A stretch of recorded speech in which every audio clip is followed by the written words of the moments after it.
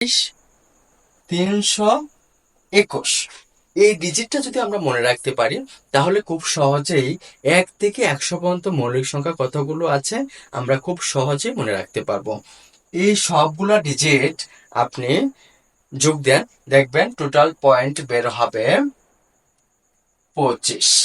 এখন আমরা একটু জানবো এই ডিজিটটার কাজটা কি, এই ডিজিটগুলোর কাজ কি। এই ডিজিটগুলোর কাজ হচ্ছে 1 থেকে 10 পর্যন্ত মৌলিক সংখ্যা হচ্ছে 4টি।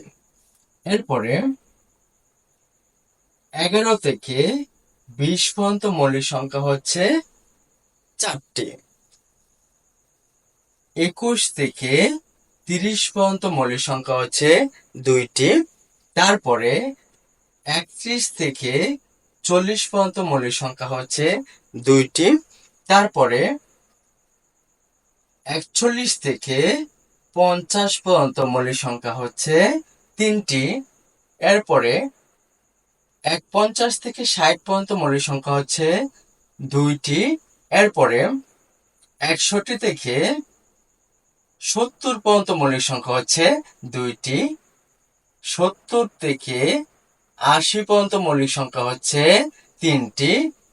এরপরে 81 থেকে 90 পর্যন্ত মৌলিক সংখ্যা হচ্ছে 2টি এবং 91 থেকে 100 পর্যন্ত মৌলিক সংখ্যা হচ্ছে 1টি। এই ডিজিট যদি আমরা মনে রাখতে পারি তাহলে কোথায় কতগুলো মৌলিক সংখ্যা রয়েছে সেগুলো আমরা জানতে পারবো। এখন একটু দেখব এগুলোতে 1 থেকে 10 পর্যন্ত সীমা যে দেওয়া আছে এখানে কিভাবে চারটা দুইটা করে মৌলিক সংখ্যা রয়েছে একটু লক্ষ্য করুন।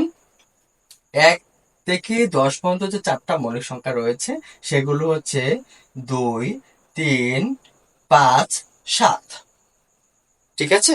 তারপরে 11 থেকে 20 পর্যন্ত যে মৌলিক সংখ্যা রয়েছে সেগুলো হচ্ছে 11, 13, 17, 19।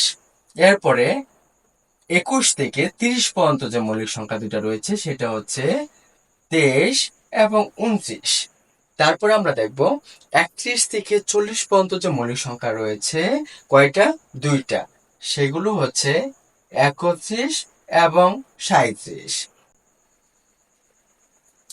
এরপরে একটু দেখুন 41 থেকে 50 পর্যন্ত যে মৌলিক সংখ্যা রয়েছে সেগুলো হচ্ছে 41, 43, 47। এরপর একটু দেখুন 51 থেকে 60 পর্যন্ত যে মৌলিক সংখ্যা রয়েছে সেগুলো হচ্ছে 2টা, কি 53 এবং 59। এরপর লক্ষ্য করুন আমরা এখানে আছি তাই তো, 61 থেকে 70 এখানে মৌলিক সংখ্যা কয়টা রয়েছে, এখানে মৌলিক সংখ্যা রয়েছে 2টা, কি 61 এবং 67, রাইট। এরপরে 70 থেকে 80 পর্যন্ত মৌলিক সংখ্যা রয়েছে 3টা, 71, 73 এবং 79।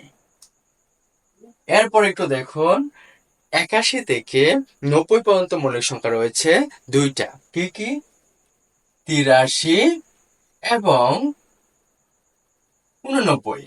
আর সর্বশেষ অর্থাৎ 91 থেকে 100 পর্যন্ত মৌলিক সংখ্যা রয়েছে একটা।